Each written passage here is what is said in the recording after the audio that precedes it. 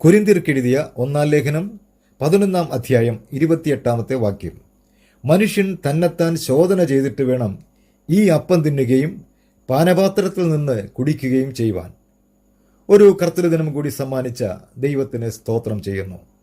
ഇനിയും കർത്താവ് വന്നിട്ടില്ല എന്നതിനാൽ ഇന്ന് ഈ ദിനം ഉയിർപ്പിൻ പൊൻപുലരിയിൽ നമ്മെ തന്റെ അമൂല്യ രക്തത്താൽ വിലയ്ക്ക് വാങ്ങി തന്റെ മക്കളാക്കി തീർത്ത വീണ്ടെടുപ്പുകാരന് അധരഫലമെന്ന സ്തോത്രയാഗം ഇടവിടാതെ അർപ്പിക്കാം. സന്ധ്യാസമയത്ത് ആകാശം ചുവന്നു കണ്ടാൽ നല്ല തെളിവാകും.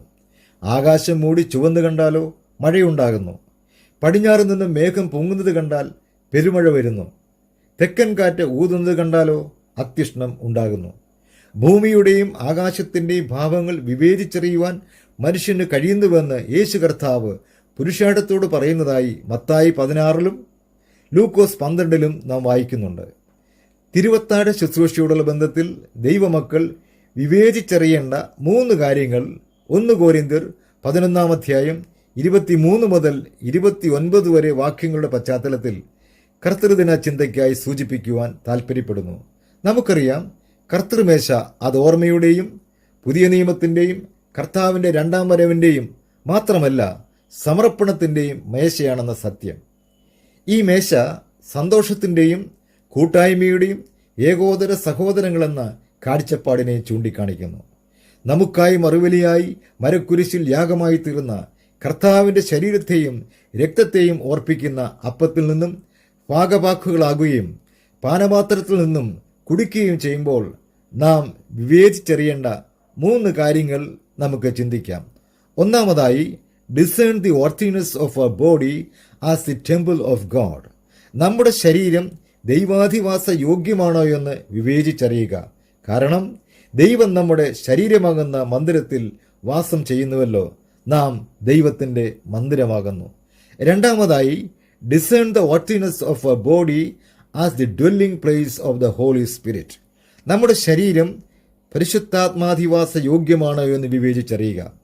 ദൈനംദിന ജീവിതത്തിൽ വിജയകരമായ ജീവിതം നയിക്കുവാൻ പരിശുദ്ധാത്മാവാം ദൈവത്തിൻ്റെ ആലോചനയ്ക്ക് വിധേയമായിട്ടാണോ നാം പ്രവർത്തിച്ചിരുന്നത് എന്ന ചിന്ത പ്രാധാന്യമർഹിക്കുന്നതാണ്. മൂന്നാമതായി, discern the worthiness of our body to offer as a living sacrifice to God. നമ്മുടെ ശരീരം ജീവനും വിശുദ്ധിയുമുള്ള ആരാധന അർപ്പിക്കുവാൻ യോഗ്യമാണോ എന്ന് വിവേചിച്ചറിയുക.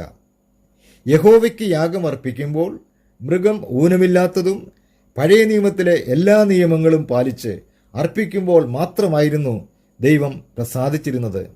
പൗലോസ് വളരെ വ്യക്തമായി ആത്മനിയോഗത്താൽ രേഖപ്പെടുത്തുകയാണ്, നിങ്ങളുടെ ശരീരങ്ങളെ ജീവനും വിശുദ്ധിയും ദൈവത്തിന് പ്രസാദവുമുള്ള യാഗമായി സമർപ്പിപ്പീൻ.